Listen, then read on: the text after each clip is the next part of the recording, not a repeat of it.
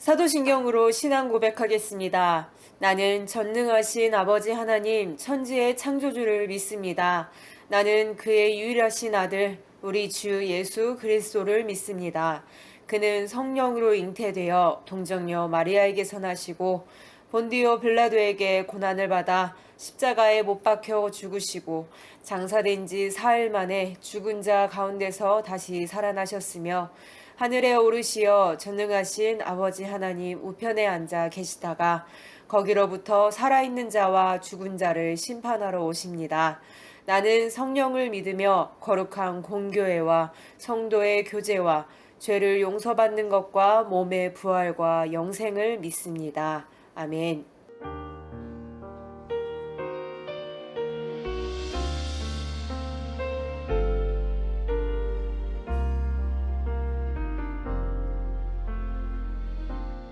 한계가 날 가리워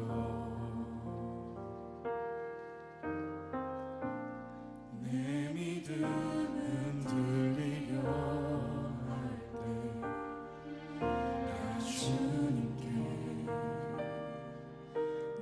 나아가네. 주님은 산 같아서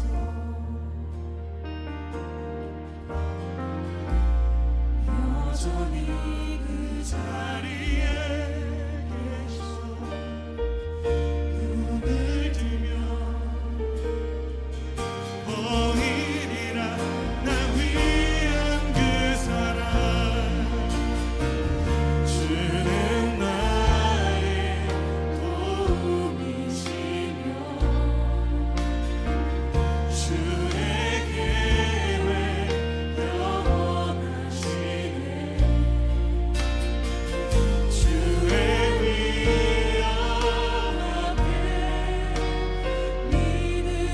주님의 위엄 앞에 믿음으로 예배드리리. 주님께서 날 이끄시며 주가 항상 함께 하시네. 주의 사랑을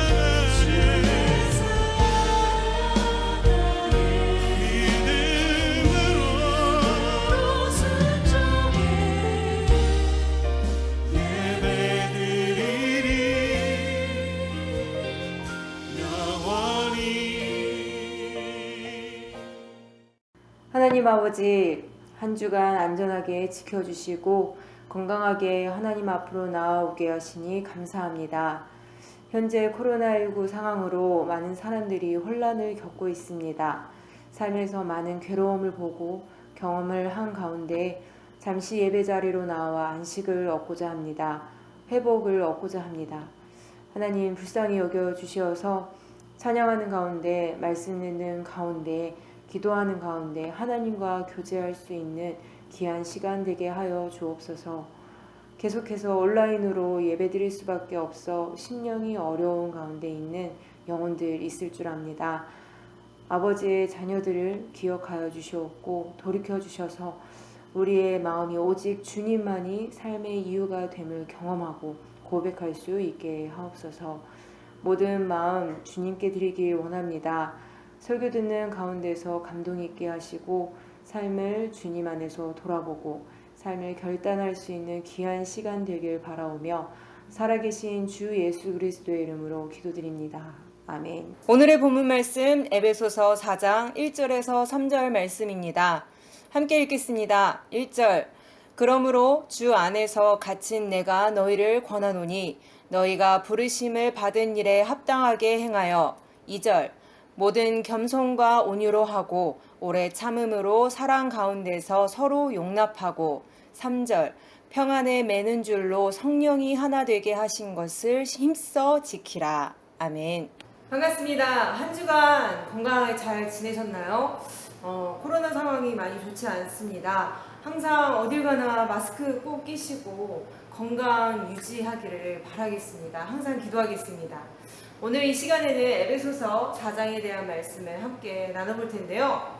지난 시간에 우리 싸워야 된다, 그리고 악을 선으로 이겨라 라는 내용을 가지고 함께 생각해보는 시간을 가졌습니다. 악이라는 것은 내가 직접 하기보다는 그 악의 패턴을 우리가 벗어나야 되는 게 포인트였죠. 그래서 하나님께서 그 싸움을 싸우시도록 우리가 이 모든 문제를 내어드리는 게 중요하다. 또한 악의 모든 행동들 가운데 선한 행동으로 이 패턴을 벗어나는 것이 중요하다. 이렇게 두 가지로 우리가 함께 살펴보았습니다. 오늘은 지켜라 라는 주제를 가지고 함께 에베소서 4장을 살펴보겠습니다. 힘써 지키라. 본문 마지막에 이렇게 말씀하시죠. 사도 바울께서 에베소 교회를 향하여서 이렇게 명했습니다.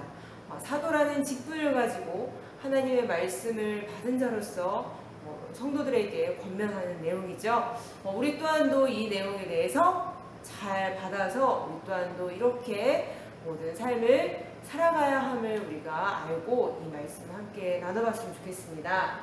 힘써 지키라. 힘쓴다라는 것은 지속적으로 부지런히 이렇게 노력을 다하는 모습을 원한다라는 것을 이 메시지를 통해서 볼 수가 있고요. 지키라라고 얘기를 하는데 어떠한 대상이 있어서 그 대상을 보호하는 의미도 될 수 있고요. 이미 형성된 것을 유지하라는 의미로도 우리가 살펴볼 수가 있습니다. 그런데 그 앞에 내용에 이렇게 나옵니다. 바로 성령이 하나 되게 한 것을 힘써 지키라. 이렇게 이야기하십니다. 성령이 하나 되게 한 것이 과연 무엇이냐? 우리 4절의 말씀을 보면 이러합니다. 몸이 하나요 성령도 한 분이시니 이와 같이 너희가 부르심의 한 소망 안에서 부르심을 받았느니라. 아멘. 여기서 말하는 너희는 에베소 교인들을 두고 하는 것이죠. 그들이 부르심을 받았다고 하는데 같은 소망 안에서 교회가 부름받았을 때 소망이 생기는데 바로 천국에 대한 영원한 삶에 대한 소망인 거죠. 현재도 누리고 있는 하나님의 나라이고 죽음 이후에도 영원히 누릴 하나님의 나라의 삶을 우리가 두고서 한 소망 안에서 우리가 함께 지내고 교제한다라는 내용으로 우리가 살펴볼 수 있습니다. 이런 의미로 한 성령을 받았다. 또한 우리는 한 몸이다. 이 부분을 설명하고 있는 거예요.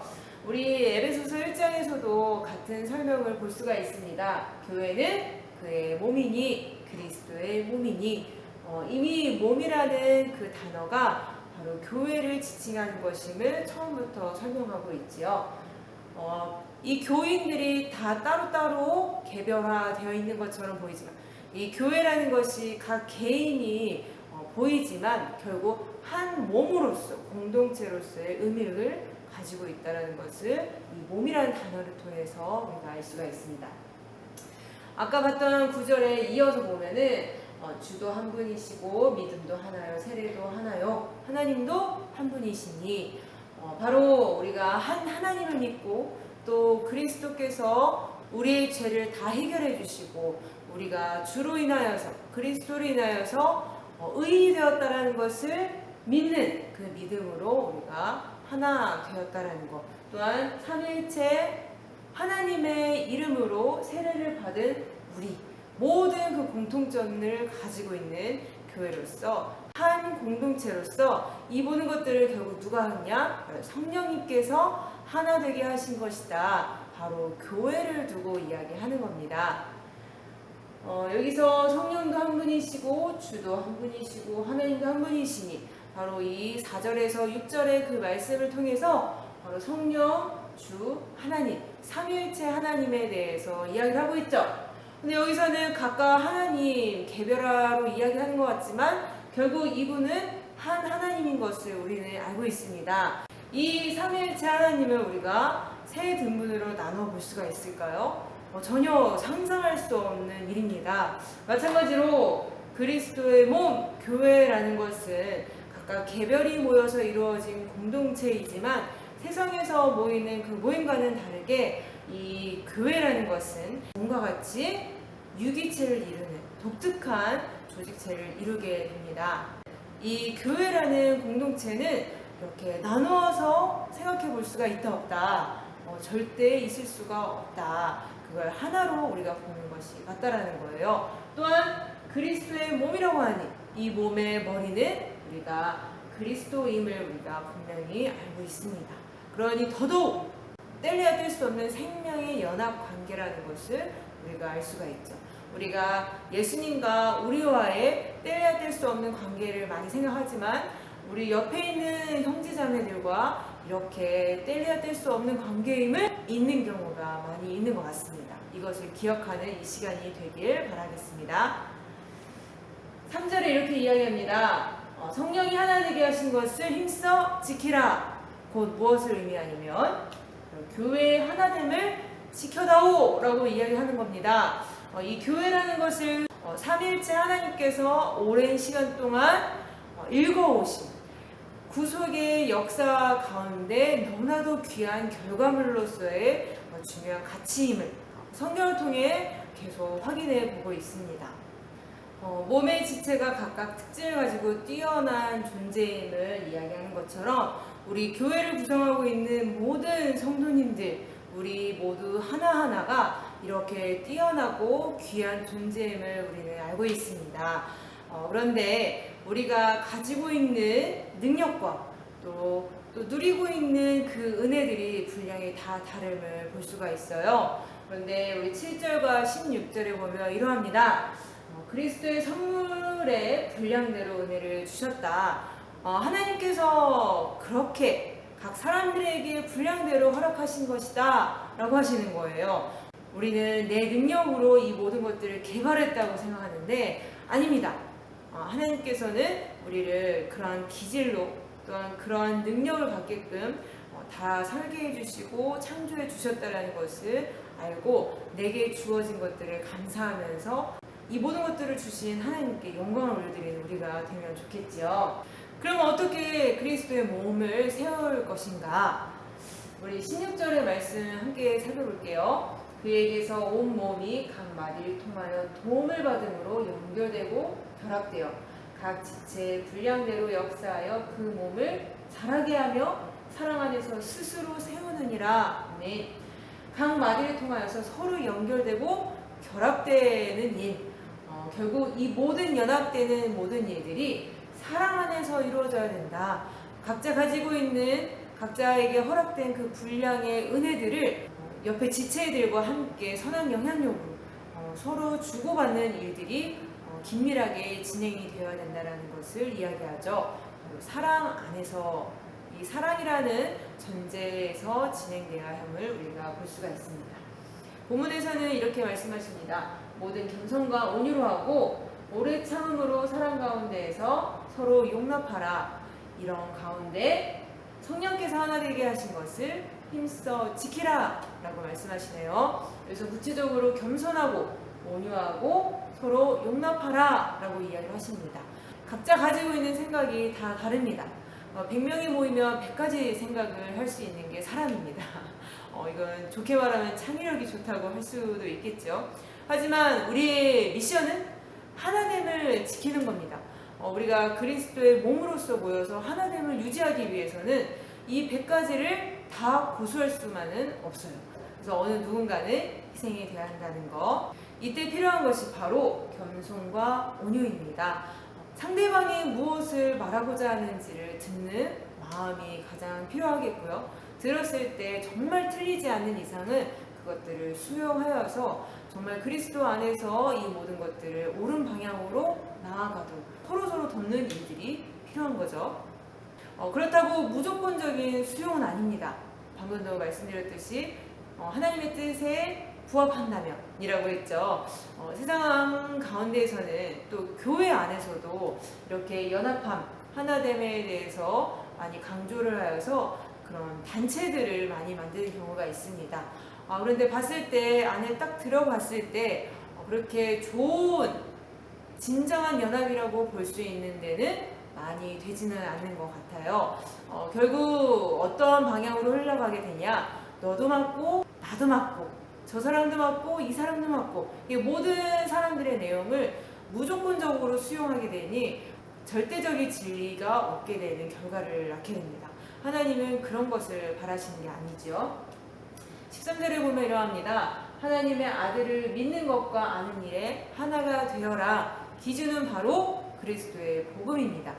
우리를 구원하신 복음이 절대적인 진리가 되어서 이 하나님의 뜻에 벗어나지 않는 선에서 우리가 하나 되고, 만약에 벗어나는 일이 있다면 서로 권면하여서 다시 의견을 모으게 하는, 마음이 하나 되게 하는 일을 서로 해 나가야 된다는 거죠.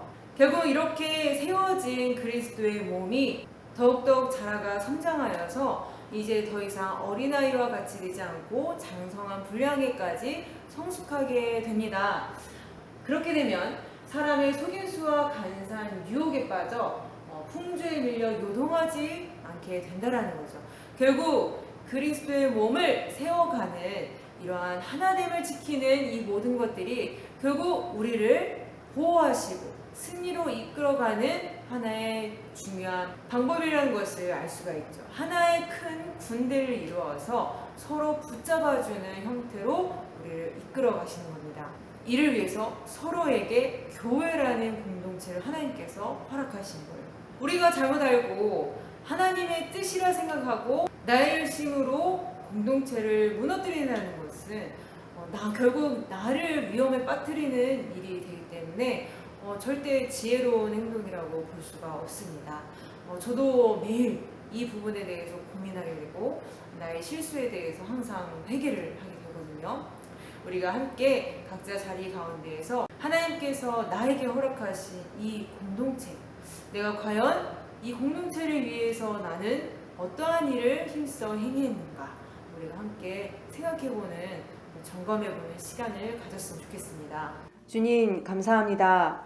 너무나 촘촘하게 나를 감싸시고 승리로 이끌어 가시는 주님의 원리들을 알아갈 때 내게 주어진 은혜가 얼마나 큰지 느끼게 됩니다. 더한 사랑의 교회, 그리고 파이어 청소년부 친구들과 선생님들을 만나게 하신 이유가 분명히 있을 줄 압니다. 앞으로의 시간들 가운데 항상 사랑으로 교제할 수 있는 하나님의 은혜 넘치는 공동체 되도록 하옵소서. 매주 듣는 말씀이 흘러가지 않고 쌓여갈 수 있게 하시며 날마다 훈련하고 있는 말씀과 기도로 예배 시간뿐만 아니라 평일 삶의 예배 자리에서도 하나님의 임재를 경험할 수 있는 날들이 되길 바랍니다. 삶으로 돌아가 일상을 지낼 때 건강을 붙들어 주옵시고 주님의 자녀로서 빛과 소금의 선한 영향력을 끼쳐 주의 영광을 드러낼 수 있도록 인도하여 주시기를 바라오며 살아계신 주 예수 그리스도의 이름으로 기도드립니다. 아멘. 주께서 가르쳐 주신 기도드리심으로 2020년 8월 30일 청소년부 예배를 마치겠습니다. 하늘에 계신 우리 아버지여, 이름이 거룩히 여김을 받으시오며 나라의 임하옵시며 뜻이 하늘에서 이루어진 것 같이 땅에서도 이루어지이다. 오늘날 우리에게 일용할 양식을 주옵시고 우리가 우리에게 죄 지은 자를 사하여 준 것 같이 우리 죄를 사하여 주옵시고 우리를 시험에 들게 하지 마옵시고 다만 악에서 구하옵소서. 대개 나라와 권세와 영광이 아버지께 영원히 있사옵나이다. 아멘.